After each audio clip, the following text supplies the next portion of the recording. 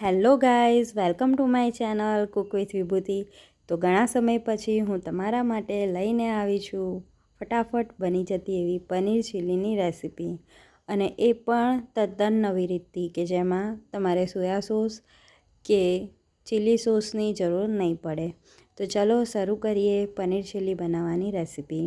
સૌથી પહેલાં 200 ગ્રામ જેટલું પનીર લીધું છે, તેને આ રીતે ક્યુબમાં કટ કરી દીધું છે. હવે આપણે તેને સેલો ફ્રાય કરવાનું છે. તો સેલો ફ્રાય કરવા માટે 2 ટેબલ સ્પૂન જેટલું ઓલિવ ઓઇલ આપણે લેવાનું છે, જેમાં ક્યુબ એડ કરીશું અને લાઇટ બ્રાઉન કલરના થાય ત્યાં સુધી આપણે તેને સેલો ફ્રાય કરવાના છે. તો આ રીતે આપણે બધા ક્યુબને મૂકી દઈશું અને તેને 5 મિનિટ માટે લાઇટ બ્રાઉન કલરના થવા દેવાના છે. તમે ઈચ્છો તો પનીરને ડીપ ફ્રાય પણ કરી શકો છો, પણ અહીંયા આપણે પનીર ચીલીનું હેલ્ધી વર્ઝન બનાવી રહ્યા છીએ, તેટલા માટે સેલો ફ્રાય કરીશું. 4-5 મિનિટ પછી આ રીતે પનીર લાઇટ બ્રાઉન કલરનું થાય એટલે એક પ્લેટમાં પનીરને કાઢી લઈશું.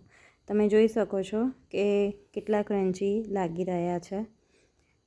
હવે એક પેનમાં 2 ટેબલ સ્પૂન જેટલું ઓલિવ ઓઇલ લેવાનું છે.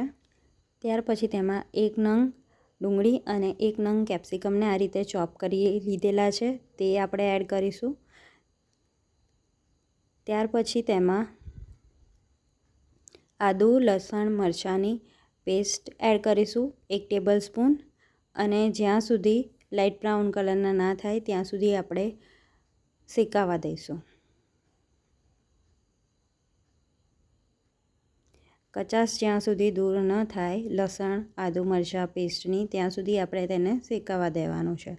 ત્યાર પછી તેમાં અડધી ટેબલ સ્પૂન જેટલું મીઠું એડ કરીશું.